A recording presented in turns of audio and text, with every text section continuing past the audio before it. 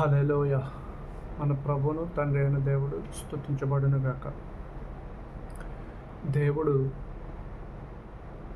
మనుషులకి న్యాయం తీర్చాలని, మనుషుల్ని తనకి సొంత జనంగా చేసుకోవాలని ఆది అందే దేవుడు నిర్ణయించుకొని తన యొక్క మహాకృపను బట్టి దేవుడు మనతో ఎల్లప్పుడూ కూడా తన యొక్క నాయకత్వంలో మనము అన్యాయము చేయని వారుగాను, న్యాయాన్ని అనుసరించి నడిచేవారముగాను, ఇతరుల పక్షాన్ని న్యాయము జరిగించే వారముగా దేవుని బిడ్డలుగా మనం ఉండాలని దేవుడు కోరుకుంటూ ఉంటాడు. అది దేవుని యొక్క లక్షణం. అదే లక్షణాలు మనం కూడా కలిగి ఉండాలని చెప్పేసి దేవుడు కోరుకుంటూ ఉంటాడు. ఈ క్రమంలోనూ మనము ఒక వాక్యాన్ని కనుక మనం చూసుకుంటే, ఆ వాక్యము మొదటి సమూయేలు గ్రంథము 12వ వచనం నుంచి మనం 13 వచనాల్లో 12వ అధ్యాయం నుంచి 13వ అధ్యాయం వరకు మధ్య మధ్యలో మనకు కావలసిన వచనాలు కనుక మనం చూసుకుంటూ వెళ్తే, ఆ యొక్క వాక్యంలో ఏ విధంగా ఉంటుందంటే, దేవుడు ఇశ్రాయేలీలకి రాజుగా ఉన్నాడు. అయితేనే ఇశ్రాయేలీల యొక్క ప్రజలు ఏమనుకున్నారంటే, తమ యొక్క శత్రువులు ఎవరైతే ఉన్నారో వాళ్ళు ఇశ్రాయేలీల మీదకు వచ్చినప్పుడు ఆ శత్రువులకి ఒక రాజు ఉంటాడు. ఆ రాజు అతని యొక్క సైన్యము ఇశ్రాయేలీల మీదకి వచ్చినప్పుడు ఇశ్రాయేలీలు కూడాను దేవుడే తమ మీద రాజుగా ఉన్నాడు, దేవుడే తమని పరిపాలిస్తున్నాడు అన్న సంగతి మర్చిపోయి, మాకు కూడా ఒక రాజు ఉంటే బాగుంటుంది అని చెప్పేసి సాక్షాత్తు సృష్టికర్త అయిన దేవుడే వారికి న్యాయాధిపతిగాను, న్యాయము చేసే రాజుగాను వారి మీద ఉన్నప్పుడు వాళ్ళు అది గుర్తించకుండా వాళ్ళ యొక్క శత్రువులు ఎవరైతే ఉన్నారో వాళ్ళకి రాజు ఉంటే ఆ రాజు కొంత సైన్యాన్ని తీసుకుని వీళ్ళ మీదకి వచ్చినప్పుడు వాళ్ళ యొక్క ఆ సైన్యానికి ఉన్న రాజుని చూసి మాకు కూడా ఇలాంటి యొక్క రాజు ఉంటే బాగుంటుంది అని చెప్పేసి దేవుని యొక్క అధికారాన్ని ధిక్కరించి మనిషి యొక్క అధికారాన్ని కోరుకుంటారు. ఆ కోరుకున్న క్రమంలోనూ ఇక్కడ దేవుడు ఏం చేస్తాడంటే, వాళ్ళకి సరే వీళ్ళు కూడాను మనిషి యొక్క అధికారం కోరుకుంటున్నారు కాబట్టి నేను వీళ్ళకి ఒక రాజుని నియమిస్తాను అని చెప్పి తన యొక్క ప్రవర్తకి తన వర్తమానం పంపి, తనతోనూ నీవు పలానా వ్యక్తిని అభిషేకించు అని చెప్పేసి అతన్ని ఇశ్రాయేలీల మీద రాజుగా నియమిస్తాడు. సౌలు, కీషు కుమారుడైన సౌలు. ఆ సౌలుని రాజుగా నియమించినప్పుడు సౌలు యొక్క చేతి కింద లేదంటే సౌలు యొక్క అధికారము కింద ఇశ్రాయేలీలందరూ కూడా ఉండటానికి ఇష్టపడతారు. అయితేనే ఇక్కడ మనిషి ఎప్పటికీ కూడా మనిషి యొక్క అధికారం కిందే ఉండాలని కోరుకునే మనస్తత్వం గలవాడుగా ఉన్నాడు. దేవుని యొక్క అధికారాన్ని ధిక్కరించి మనుషుల సహవాసం కోరుకుంటూ మనుషుల యొక్క అధికారం కింద ఉండటానికి ఇష్టపడ్డప్పుడు వాళ్ళ మీదకి ఎటువంటి పరిణామాలు, ఎటువంటి స్థితి వాళ్ళకి ఎదురైంది అనేది కనుక మనం ఇక్కడ చూస్తే, ఇక్కడ మొదటగాను ఇశ్రాయేలీలు ఒక రాజుని, ఒక సైన్యాన్ని వాళ్ళు చూసి ఇలా ఆశపడతారన్నమాట. అది ఏంటంటే 12వ అధ్యాయము మొదటి సమూయేలు 12వ అధ్యాయం 12వ వచనంలో ఇలా ఉంటుంది. అయితే అమోనీయుల రాజైన నహాషు మీ మీదకి వచ్చుట మీరు చూడగా, మీ దేవుడైన యెహోవా మీకు రాజై ఉన్నను ఆయన కాదు ఒక రాజు మమ్మను ఏలవలెనని మీరు నాతో చెప్పితిరి. కాబట్టి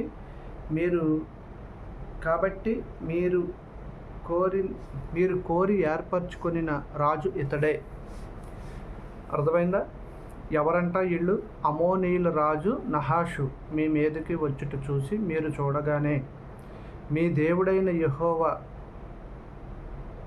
మీకు రాజై ఉన్నను ఆయనను కాదని ఒక రాజు మమ్మను ఏలవలెనని మీరు నాతో చెప్పితిరి. అర్థమైందా? దేవుడైన యెహోవాయే వారికి రాజుగా ఉన్నా సరే అమోనీయుల రాజును చూసి ఈ విధముగా ఒక మనిషి మా మీద రాజుగా ఉంటే మాకు మేలు జరుగుద్ది అని చెప్పేసి కోరుకున్నారు ఇశ్రాయేలీల ప్రజలు. సరే కోరుకున్నారు. దేవుడు వారి యొక్క కోరికని నెరవేర్చడానికి కూడా ఇష్టపడ్డారు. ఎవరితో చెప్పారు వీళ్ళంటే సమూయేలు గారితో చెబుతున్నారు, మా మీద కూడా ఒక రాజు ఉంటే బాగుంటుంది అని చెప్పేసి.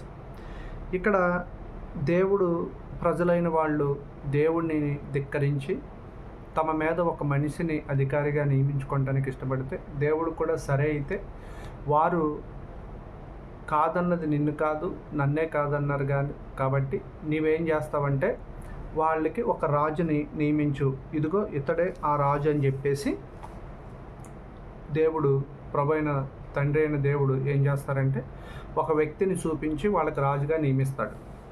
ఆ రాజుగా నియమించిన క్రమంలోనూ యెహోవా ఇతనిని మీ మీద రాజుగా నిర్ణయించి ఉన్నాడు.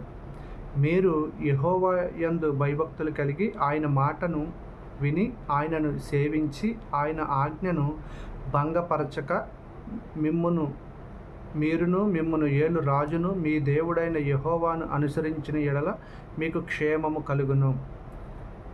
సమూయేలు గారు చెప్తున్నారు,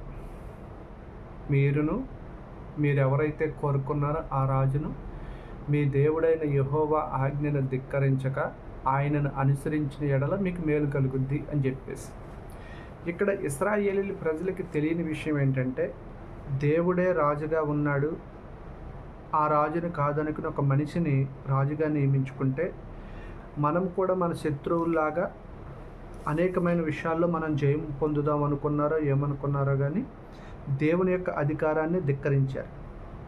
అయితే ఇది ఇలా జరుగుతున్నప్పుడు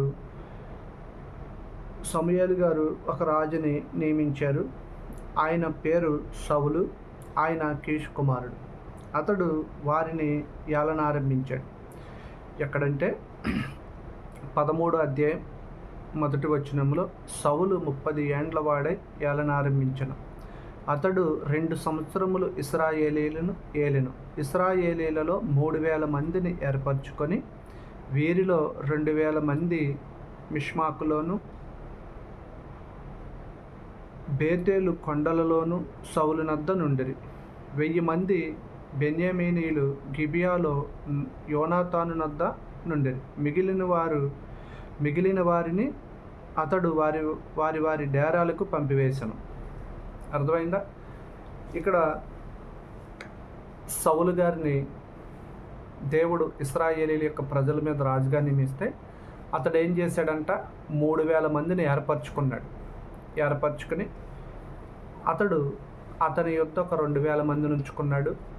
అతని కుమారుని యొక్క చేతి కింద 1000 మందిని ఉంచాడు. ఉంచి వీళ్ళకి రక్షణగాను కదా. ఇశ్రాయేలీలు ఏమనుకున్నారంటే ఒక రాజుని గనక మనం ఎన్నుకుంటే మనకి ఆ రాజు మన ముందుండి మన యొక్క యుద్ధము మన యొక్క కార్యమంతా కూడా సఫలం చేస్తాడని చెప్పి వీళ్ళు అనుకుంటే, కానీ వీళ్ళు ఏర్పరచుకున్న రాజు ఏం చేశాడంటే ఏళ్లలోంచి 3000 మందిని ఎన్నుకుని అతని యొద్ద ఒక 2000 మందిని పెట్టుకున్నాడు. అతని యొక్క కొడుకు చేతి కింద ఎవరైతే యోనాతాను ఉన్నాడో అతని యొక్క చేతి కింద ఒక 1000 మందిని పెట్టి ఉంచుకున్నారు. యోనాతాను గెబావాలోనున్న ఫిలిష్తీయుల దండును హతము చేయగా, ఇక్కడ 13:3లో చూస్తున్నాము, హతము చేయగా ఆ సంగతి ఫిలిష్తీయులకు వినబడెను. మరియు దేశమంతటా హెబ్రీయులు వినవలెనని సౌలు బాకా బోధించెను. సౌలు ఫిలిష్తీయుల దండును హతము చేసినందున ఇశ్రాయేలీయులు ఫిలిష్తీయులకు హేయులయ్యారు. ఇశ్రాయేలీయులకు వినబడగా జనులు గిల్గాలులోను సౌలు నద్దకు కూడి వచ్చింది. ఇక్కడ సౌలు కుమారుడు ఎవరైతే ఉన్నారో అతడు ఫిలిష్తీయుల దండు ఉంటే ఆ దండుని గ్యాబాలోనున్న ఫిలిష్తీయుల దండుని హతం చేశాడు. అంటే కొంతమంది ఫిలిష్తీయులు గ్యాబా అనే ప్రదేశంలో ఉంటే వాళ్ళని హతం చేశారు అని కూడా ఉంది. అయితేనే అప్పటికి ఇక్కడ మనం చూస్తే బహుకాలం నుంచి ఫిలిప్తీలు ఇశ్రాయేలీలకి వ్యతిరేకులుగాను పక్కలో బల్యంలాగు ఉన్నప్పటికీ కూడా ఈ సందర్భంలోనూ మొదటగాను ఇశ్రాయేలీలే ఫిలిప్తీల జోలికి వెళ్ళినట్టు, లేదంటే ఫిలిప్తీల మీద మొదటగా వీళ్ళే వాళ్ళని ఆ యొక్క గొడవలోనికి లేదంటే ఆ యొక్క యుద్ధంలోనికి లాగినట్టు కూడా మనం చూస్తున్నాం. ఈ చూస్తున్న క్రమంలో వీళ్ళంట ఇశ్రాయేలీలంట ఫిలిప్తీల దృష్టికి హేయులుగా మారిపోయారు. అంటే ఇష్టం లేని వారుగా, కావాలని మా మీదకి వీళ్ళు వచ్చారు, మా యొక్క జనాంగాన్ని మా యొక్క సైన్యాన్ని వీళ్ళు చంపారు అని చెప్పేసి ఒక కోపంతోనూ లేదంటేని మరలా వాళ్ళను కూడా మేము చంపాలి అని చెప్పేసి ఏదైతే ఇప్పుడు జరుగుతుందో ప్రపంచంలో, ఒక రాజ్యం మీదకి ఇంకొక రాజ్యం, ఒక దేశం మీదకి మరొక దేశం కలబడి కొట్టుకుంటున్న సమయంలోనూ పక్కనున్న దేశము మరొక దేశాన్ని దాంట్లోకి లాగాలని చెప్పి చూడటం, ఇటువంటి యొక్క పరిణామాలన్నీ కూడా నేటి దినాల్లో మనం చూస్తున్నాం కదా. అసలు యుద్ధము ఎందుకు కలుగుతుంది, యుద్ధాలు ఎందుకు సమీపిస్తాయి అంటే ప్రభువైన యేసుక్రీస్తు వారు చెప్పారు. ఎందుకంటే ఏమనంటే నా యొక్క రాకడికి ముందు యుద్ధ వార్తలు వింటారు, అక్కడక్కడ భూకంపాలు కలుగుతాయి, రాజ్యం మీదకి రాజ్యం లెగుస్తుంది, మనుషుల మధ్యలో ప్రేమ ఉండదు అని చెప్పేసి ప్రభువైన యేసుక్రీస్తు వారు చెప్పినట్టుగానే నేటి దినాలన్నీ కూడా నేటి ప్రపంచం అంతా కూడా ముందుకెళ్తుంది. ఎందుకంటే మనిషికి అధికారం కావాలి, ఆ యొక్క అధికారాన్ని అనుభవించడానికి బలం కావాలి. ఆ బలం అనేది ఎవరు కూడాను దేవుడి నుంచి పొందుకోవటానికి కానీ, దేవుణ్ణే తమకి అధికారిగా నియమించుకోవటానికి కానీ ఇష్టపడట్లేదు. కానీ మనిషి ఎప్పుడు కూడాను స్వశక్తి మీద ఆధారపడాలని, లేదంటే నేనే అనేక మందికి దేవుడిగా ఉండాలని చెప్పి తన్ను తాను హెచ్చించుకోవటానికి ఇష్టపడుతూ ఉంటాడు. ఈ క్రమంలోనూ అసలు ఎందుకు మనుషులు యుద్ధానికి పూనుకుంటారు అంటే అధికారము అనేక మందికి ఆ యొక్క ఆధిపత్యము చూపించుకోవటానికి మనిషి ఎప్పుడు కూడా ఇష్టపడుతూ ఉంటాడు. ఈ యొక్క అధికారము కోసం ఎగపడుతున్న ఈ యొక్క రాజ్యాలన్నీ కూడా, ఇప్పుడు మనం అమెరికాని చూసుకున్నామనుకో, నేటి యొక్క ప్రపంచానికి అమెరికా ఒక పెద్దన్న పాత్ర పోషిస్తూ ప్రపంచమంతటికి కూడా నేనే పెద్దగా ఉండాలి అని చెప్పేసి అనేకమైన దేశాలని, చిన్న దేశాలని, గల్ఫ్ దేశాలని, లేదంటే ఇంకా అనేకమైన దేశాలకి అది ఒక అధికారాన్ని నియమించుకుంటూ వాళ్ళకి డబ్బుని వెరగా వేస్తూ అప్పులు ఇస్తూ అది అనేకమైన దేశాలని స్వాధీనపరచుకోవటానికి, లేదంటే దాని యొక్క చెప్పు చేతుల్లో పెట్టుకోవటానికి అమెరికా ఏ విధంగా అయితే ప్రయత్నిస్తుందో, ఇలాంటి యొక్క అధికారం కోసమే ఆనాటి దినాల్లో కూడాను ఒక దేశం మీదకి ఒక దేశం, ఒక దేశం మీదకి ఒక దేశం కూడా యుద్ధానికి రేపుకుంటూ వెళ్ళేవాళ్ళు. ఈ క్రమంలోనూ నేటి యొక్క దినాల్లో యుద్ధాలు జరుగుతున్న క్రమం కానీ, దానికి ముందు ఈ యొక్క జీవగ్రంథంలో వ్రాయబడిన యుద్ధాలు కానీ మనం చూసుకుంటే, మనిషి యొక్క ఆధిపత్యం నిలుపుకోవటానికి ఎదుటి వ్యక్తిని అణగదొక్కే ప్రయత్నం అనేది చేస్తూ ఉంటాడు, బలం చూపించుకోవటానికి.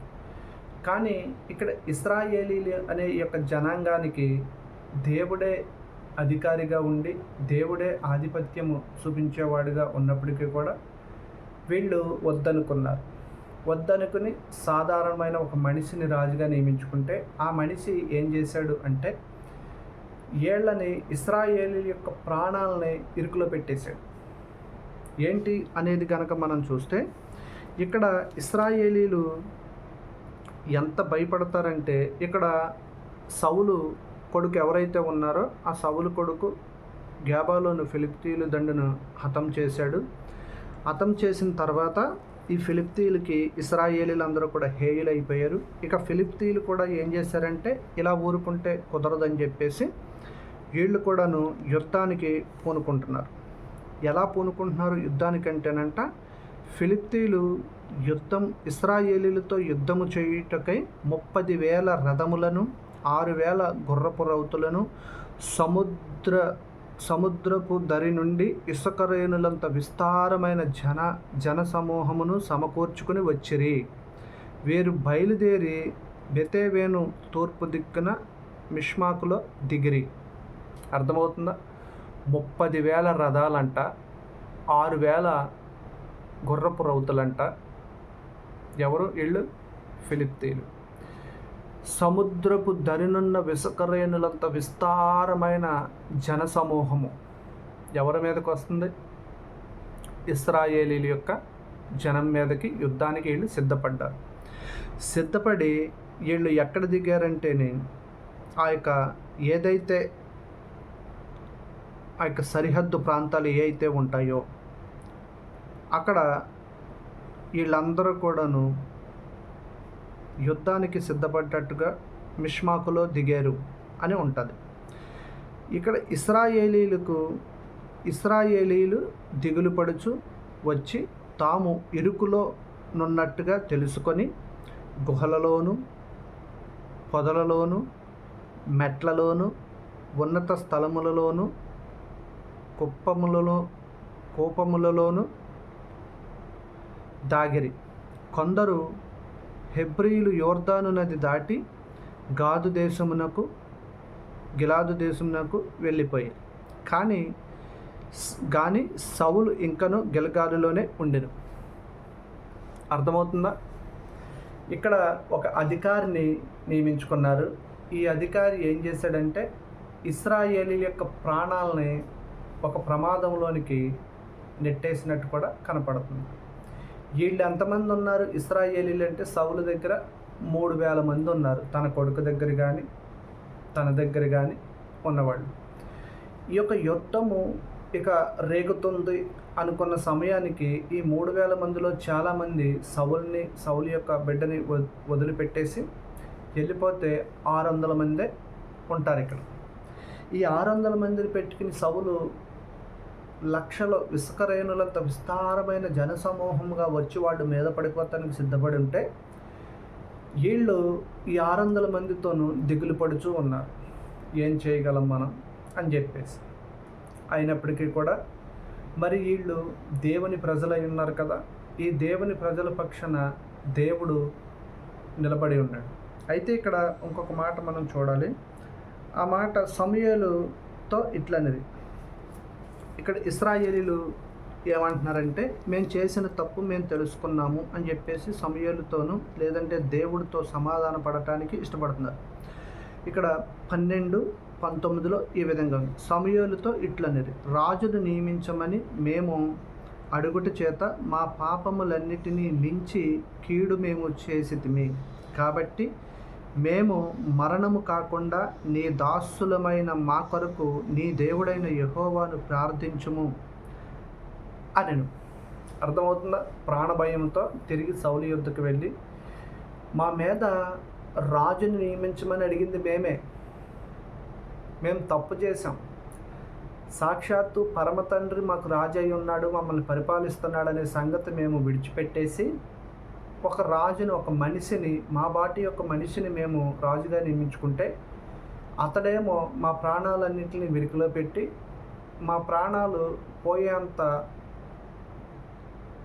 పగలోనికి మమ్మల్ని తీసుకొచ్చేసాడు అని చెప్పేసి దేవుడితో సమాధాన పడటానికి తన యొక్క ప్రవర్తన సమూయేలు దగ్గరికి వెళ్ళి సమాధాన పడుతుంటే అతడు మా కొరకు మీరు ప్రార్థించండి, మీ దేవుడైన యెహోవాను వేడుకో అని చెప్పేసి అంటారు. అన్నప్పుడు సౌలు గారు కూడాను సరే అయితే మళ్ళీ ఆ నింద మళ్ళీ నేనెందుకు, ఆ పాపం నేను ప్రార్థన చేయనని చెప్పి నేనెందుకు అంటాను, మీరు చేసిన సంగతి అయితే నిజమే. కానీ ఇక్కడ నిజముగా ఆయనను అంతటి సమూయేలు ఇట్లా అంటున్నాడు, ప్రార్థించుము అన్నారు కదా. అంతటి సమూయేలు జనులతో ఇట్లా, నేను భయపడకుడి, మీరు ఈ కీడు చేసిన మాట నిజమే అయినను యెహోవాను విసర్జింపకుండా ఆయనను అనుసరించుచు పూర్ణ హృదయముతోనూ ఆయనను సేవించుడి. ఆయనను విసర్జింపకుడి, ఆయనను విసర్జించువారు ప్రయోజనము మాలిన వారై రక్షణ లేని మాయా స్వరూపములను అనుసరించుదురు. నిజముగా అవి మాయే అంటున్నారు. వీళ్ళు ఏమన్నారు? సౌలు గారి దగ్గరికి వెళ్ళి, అయ్యా, రాజును నియమించమని అడిగి మేము పాపం చేశాము, మా మీదకి ఎక్కువ కీడు మేమే తెచ్చుకున్నాం, ఈ యుద్ధం కలగడానికి కూడా కారణం మేమే అని చెప్పేసి అడిగి దేవుని యొద్ద మా కొరకు నీవు దేవుణ్ణి వేడుకో, దేవుడు మాకు ఒక మార్గం చూపిస్తాడు అన్నట్టుగాను తన యొక్క దాసులు, ఎవరైతే తండ్రి అయిన దేవుని దాసుడు ఉన్నాడో సమూయేలు గారి దగ్గరికి వెళ్ళి ఈ జనులు మొరపెట్టుకుంటుంటే ఆయన అంటున్నాడు, నిజమే, ఈ పని చేసింది మీరే, కానీ అయినా సరే మీరు భయపడవద్దు అని చెప్పేసి వాళ్ళని ఓదార్స్తూ, నేను మీ ఎడల దేవునికి ప్రార్థన చేస్తాను అని చెప్పేసి అంటాడు. అన్నప్పుడు ఈయన, భయపడకుడి, మీరు ఈ కీడు చేసిన మాట నిజమే, అయినను యెహోవాను విసర్జింపకుండా, మీరు దేవునిని విసర్జింపకుండా ఆయన యొక్క న్యాయ విధులను కట్టడలను మీరు అనుసరించినప్పుడు దేవుడు మీ వైపు తిరుగుతాడు అని చెప్పేసి యెహోవా మిమ్మును తనకు జనముగా చేసుకొనుటకు ఇష్టము కలిగి ఉన్నాడు. అర్థమవుతుందా? మీరు గనక ఆయనకు లోబడి ఆయనని అనుసరిస్తే, ఆయనంట 22లో ఆయన ఎలా ఉన్నాడంట, యెహోవా మిమ్మును తనకు జనముగా చేసుకొనుటకు ఇష్టము కలిగి ఉన్నాడు, తన ఘనమైన నామము నిమిత్తము తన జనులను ఆయన విడనాడడు. అర్థమవుతుందా? నా మట్టుకు నేను మీ నిమిత్తము ప్రార్థన చేయుట మానను. యెహోవాకు విరోధముగా పాపము చేసిన వాడు, ఒకవేళ మీరు అడిగిన దాన్ని నేను దేవునికి ప్రార్థన చేయకపోతే యెహోవాకు విరోధముగా పాపము చేసిన వాడు నగుదును, కాబట్టి నేను మీ పక్షాన్ని దేవుడికి మొరపెడతాను. ఆయన మిమ్మల్ని విడిచిపెట్టడు, ఆయన ఘనమైన నామము నిమిత్తము మిమ్మల్ని ఎన్నుకున్నాడు ఆయన అని చెప్పేసి చెప్తే, వీళ్ళు దేవుడి వైపు తిరిగి మొరపెట్టినప్పుడు ఆయన వీళ్ళ వైపు తిరగటానికి నేను మీ పక్షాన్ని మొరపెడతాను అని చెప్పి ఎవరైతే దైవ సేవకుడు ఉన్నాడో ఆ యొక్క ప్రజల పక్షాన్ని మొరపెడటానికి ఇష్టపడతాడు. అక్కడ ఆయన మీ కొరకు ఎన్ని గొప్ప కార్యాలు చేసినో అది మీరు తలంచుకొని, మీరు యెహోవా యందు భయభక్తులు కలిగి నిష్కపటులై పూర్ణ హృదయముతో ఆయనను సేవించుట అవశ్యము. మీరు కీడు చెయ్యువారైతే తప్పకుండా మీరును మీ రాజును నాశనమగుదురు. అర్థమైందా? యెహోవాను విసర్జించి కీడు చేసేవారైతే మీరును మీ రాజు నాశనం అవుతారు. కానీ మీరు ఇప్పుడైనా సరే మనసు తిప్పుకొని మీ దేవుడైన యెహోవాను మాత్రమే అనుసరించి ఆయన ఆజ్ఞ నుంచి తొలగిపోకుండా ఉంటే ఆయన మీ పక్షాన్ని నిలబడి మీ కార్యం సఫలం చేస్తాడు అని చెప్పేసి ఆయన అన్నాడు. సౌలు గారు చెప్పారు. ఇది ఇలా ఉండగాను సౌలు గారు ఆ దినమున సౌలు కుమారుడైన, ఇక్కడ ఇంకొక చోట మనం వాక్యం చూస్తే చాలా బాగుంటుంది. ఇదే విధముగాను ఈ యొక్క ఇశ్రాయేలీల ప్రాణమంతా కూడాను, వీళ్ళు ఇశ్రాయేలీలందరినీ కూడాను యుద్ధ భయముతోనూ ప్రాణ భయముతోనూ నింపేసినప్పుడు సమూయేలు చెప్పినట్టు ఇక్కడ సమూయేలు గారు ఏమని చెప్పారంటే సౌలు గారికి, 7 దినాలు ఆగు అని చెప్పేసి 13:8 ఈ విధంగా ఉంది. సమూయేలు సౌలుతో చెప్పినట్టు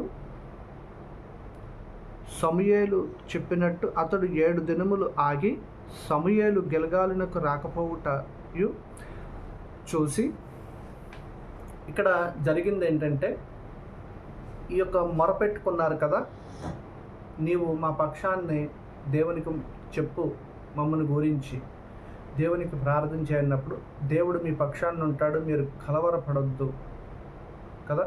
ప్రభువైన యేసుక్రీస్తు కూడా చెప్పాడు, మీరు యుద్ధ వార్తలు విన్నప్పుడు, భూకంపాలు కలిగినప్పుడు మీరు కలవరపడొద్దు.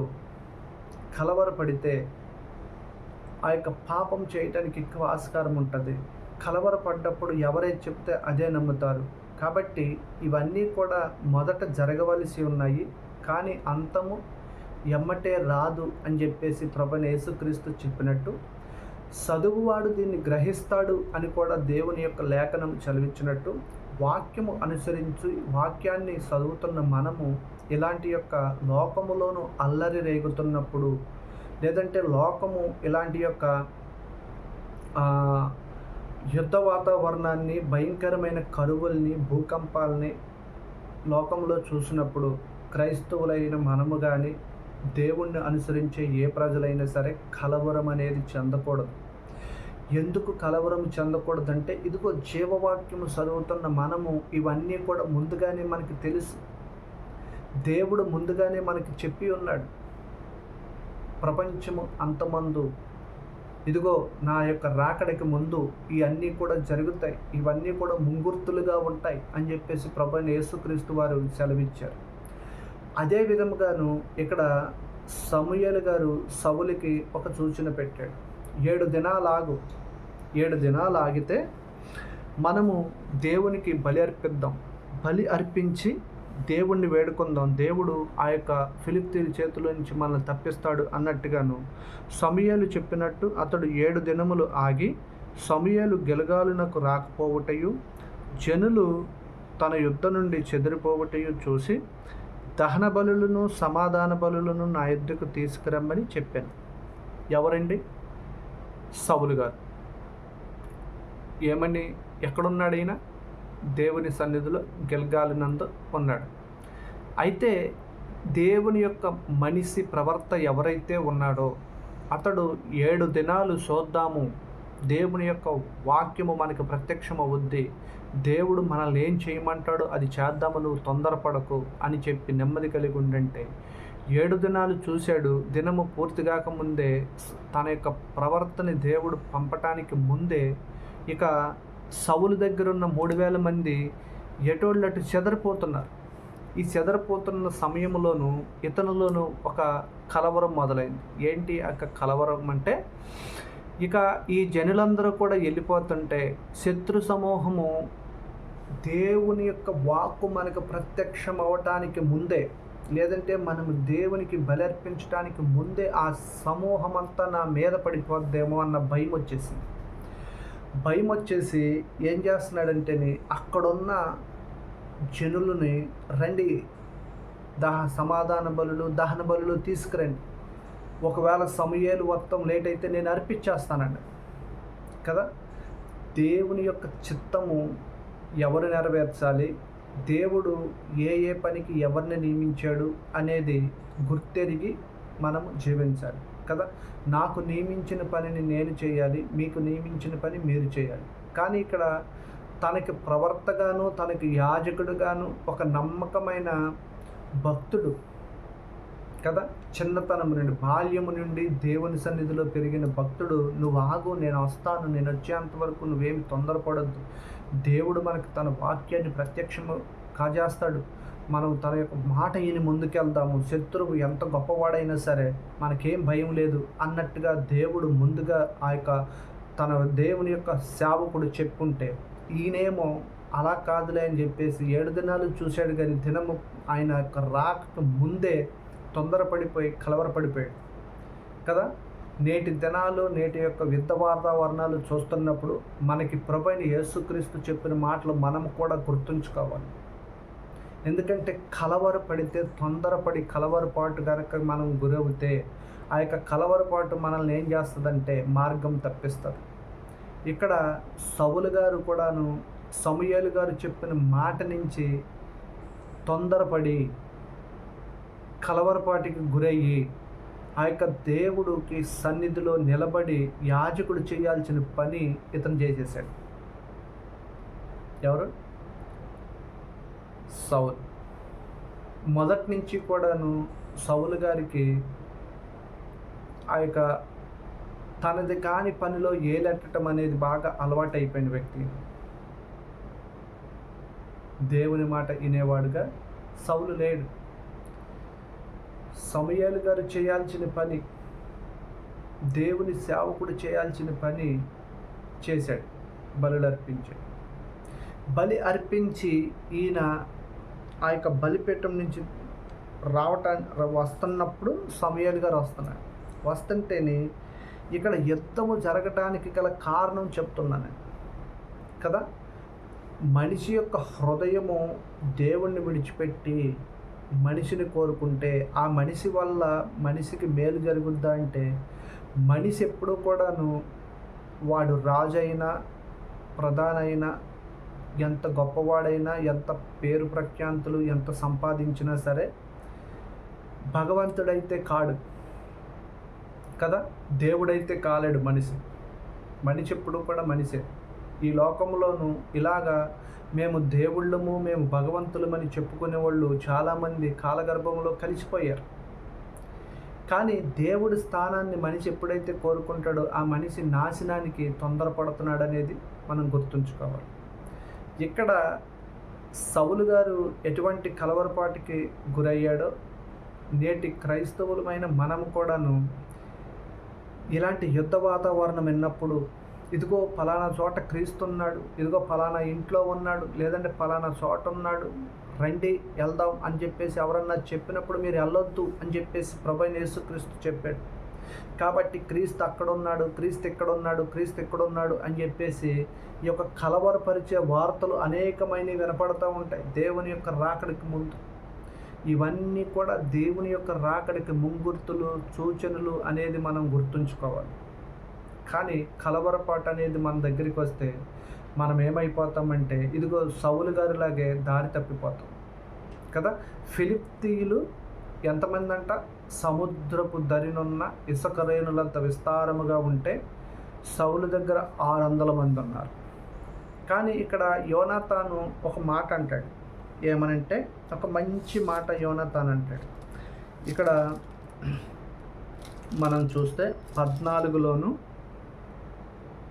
6లో ఈ సున్నత లేని వారి దండు కాపరులు మీదకి పోదము రమ్ము, యెహోవా మన కార్యమును సాగించునేమో, అనేకుల చేతనైనను కొద్దిమంది చేతనైనను రక్షించుటకు యెహోవాకు అడ్డమా అని తన ఆయుధములు మొయ్యవానితో చెప్పెను కదా.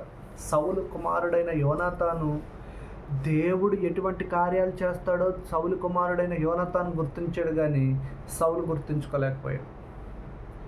ఎంతమంది చేతైనా సరే ఫిలిప్తీయులు లక్షల కొలిది ఉన్నా, మనము ఒకళ్ళిద్దరం ఉన్నా 600 మంది ఉన్నా దేవుడు రక్షించటానికి అడ్డమేముంది అని చెప్పేసి అంటున్నాడు. నిజమే కదా. దేవుడు రక్షించాలి అనుకుంటే దేవుడికి జనులతో పనేమీ లేదు. అబ్బో అది గొప్ప దేశం అండి, అనేక రకాలైన ఆయుధాలు ఉన్నాయండి, కాబట్టి ఆ దేశం జోలికి వెళ్తే ఎవడు గెలవలేడని చెప్పేసి చెప్పుకుంటే ఒక చిన్న దేశంతో మనం చూస్తున్నాం ఈ మధ్యకాలంలోనే. రష్యా గొప్ప దేశం, కానీ దాని యొక్క పక్కనున్న దేశంతో యుద్ధం గెలవలేక ఇంకా కొనసాగిస్తూనే ఉంది. కానీ ఇప్పుడు చూస్తే ఇరాన్తోనూ అమెరికాకి యుద్ధం జరుగుతుంది, కానీ ఎక్కువ నష్టం సరిచూస్తున్నారు. ఏమనుకున్నారంటే యుక్రెయిన్ చూసి చిన్న దేశమే కదా నలిపేస్తాం, 10 రోజుల్లో వారంలో యుద్ధం ముగించి మాలో కలిపేసుకుంటాం అన్నాడు ఆయన. ఎవరు? Russia president. కానీ చూస్తే నేటికి కూడా ఆ యుద్ధం కొనసాగుతూనే ఉంది, సంవత్సరాలు దాటింది. అలాగే వీళ్ళు ఆరంభించారు యుద్ధం కదా. అమెరికా ఇజ్రాయిల్ ఆరంభించి యుద్ధం కొనసాగిస్తున్నారు. ఏముందలే, ఒక మనిషిని ఆ యొక్క దేశంలో ఉన్న ఆ యొక్క అధికారిని ఆ దేశ నాయకుడిని ఒకరిని లేపేస్తే యుద్ధం ముగిసిపోద్ది అనుకున్నారు. కానీ అది చిలికి గాలివానై ఇది ప్రపంచ యుద్ధానికి దారి తీస్తుందేమో అన్నట్టు పరిణామాలన్నీ కూడా కనపడుతున్న క్రమంలో ఇదంతా కూడాను ఒక భయానకమైన పరిస్థితులకి గురవుతుంది. కానీ ఏదేమైనప్పటికీ కూడా దేవుని చిత్తానికి లోబడి దేవుని యొక్క ప్రజల మీదకి దేవుడు ఆ చుట్టుపక్కల వాళ్ళు కానీ ఎవరైనా సరే రేగితే దేవుడు చూస్తా ఊరుకోడు. దేవుడు తన యొక్క బిడ్డల్ని కాపాడటానికి, తన మీద ఆధారపడ్డ వాళ్ళని రక్షించడానికి దేవుడు ఎప్పుడు కూడా సమర్థుడు. అనేక మంది ఉన్నాం కదా, మనము ఏమైనా చేయగలుగుతాము అనుకునే అవతల శత్రువు ఉంటే, అయ్యో మేము కొద్దిమందే ఉన్నాము, జనసంఖ్యలో మేము చాలా తక్కువగా ఉన్నాము, అయ్యో నేను ఒక్కడే, నేను ఏమి చేయగలను అని చెప్పేసి తనని తాను హెచ్చించుకోకుండా తన యొక్క సృష్టికర్త అయిన దేవుణ్ణి గనక ఎరిగి ఆయనకు లోబడితే ఆయన తన కార్యం సాగించడానికి ఇష్టపడేవాడుగా ఉన్నాడు కదా. యోనాతాన్ ఒక మంచి మాట అంటున్నాడు, అనేక మంది చేతనైనను కొద్ది మంది చేతనైనను రక్షించటానికి యెహోవాకు అడ్డమేముంది అని చెప్పేసి.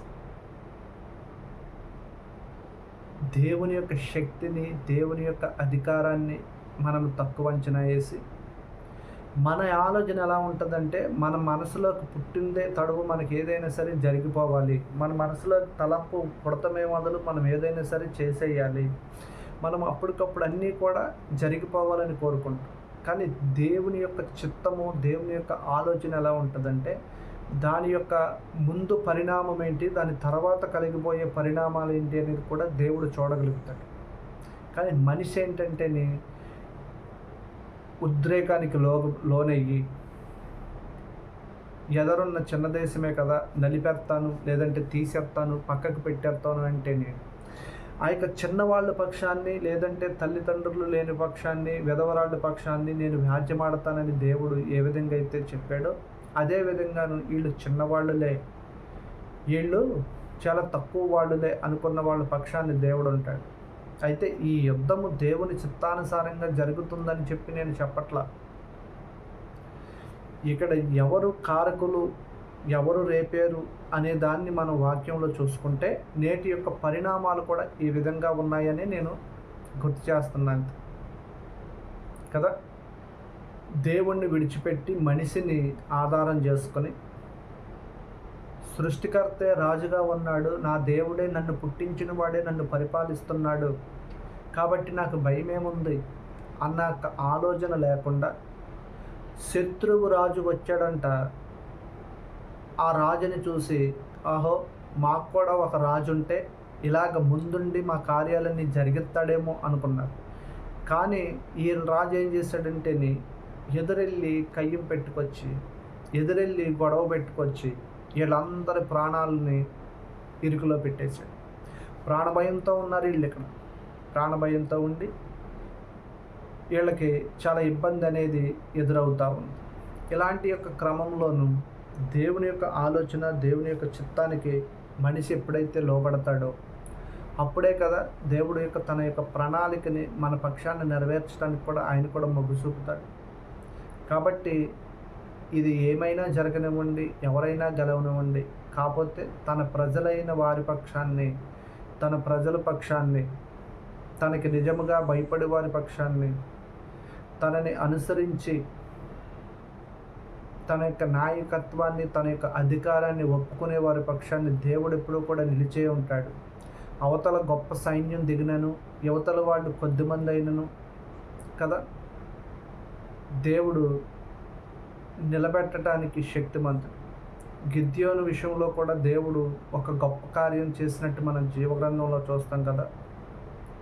ఎంతోమంది లక్షల కొద్దిగా దిగిపోయి డేరాలు వేసుకుని యుద్ధానికి సిద్ధపడి ఆ రాత్రి వేళ పడుకుంటే, గిద్యోను దగ్గర ఉన్న జనాంగాన్ని తీసుకెళ్ళి నీవు ఒక రేవులోకి తీసుకెళ్ళి నీళ్లు తాగించు అని చెప్పేసి అన్నప్పుడు, వాళ్ళు నీళ్లు ఎలా తాగుతారో గమనించి, నీ నోటితో కుక్క తాగినట్టు, కుక్క కదిగినట్టు కదిగితే వాళ్ళందరినీ కూడా తీసి పక్కన పెట్టు అని చెప్పి 300 మందితోనూ ఒక గొప్ప సైన్యాన్ని ఓడించే శక్తిని పిరికివాడైన గిద్యోనికి దేవుడు ఇస్తే, మరి అటువంటి దేవుడే కదా నేడు మన పక్షాన కూడా ఉన్నాడు.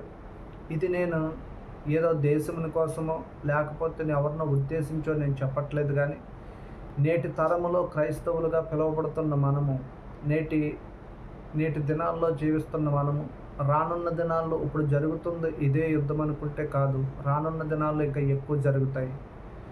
అవన్నీ చూసినప్పుడు కలవరపాటు అనేది మనల్ని నేలనివ్వకుండా మనల్ని మనం మన దేవునికి, మన సృష్టికర్తకి అప్పగించుకోవాలి అనేదే నా యొక్క మాట కదా. కలవరపాటు ఎప్పుడైతే మనిషిలోకి వస్తుందో ఆ యొక్క కలవరపాటు మనిషిని ఎప్పుడు కూడా ముందుకెళ్లకుండా చేసేస్తుంది. ఈ యొక్క ఫిలిష్తీయుల దండు దిగినప్పుడు వీళ్ళు తిరిగి దేవుని వైపు తిరిగితే దేవుడు వాళ్ళ యొక్క చేతుల్లో నుంచి తప్పించాడు. యోనాతాను వెళ్ళి అనేక మందిని హతం చేసుకుంటూ వస్తాడు. ఇంకా లోపలికి వెళ్ళి చూస్తే ఏదేమైనప్పటికీ కూడా దేవుని యొక్క మహాకృప మన పక్షాన ఉంది. మనము ఈ యొక్క యుద్ధ వాతావరణాలు చూసినప్పుడు కలవరపడకుండా ఉందాం. దేవుడు తన పరిశుద్ధమైన మాటలు మన కొరకు దీవించును.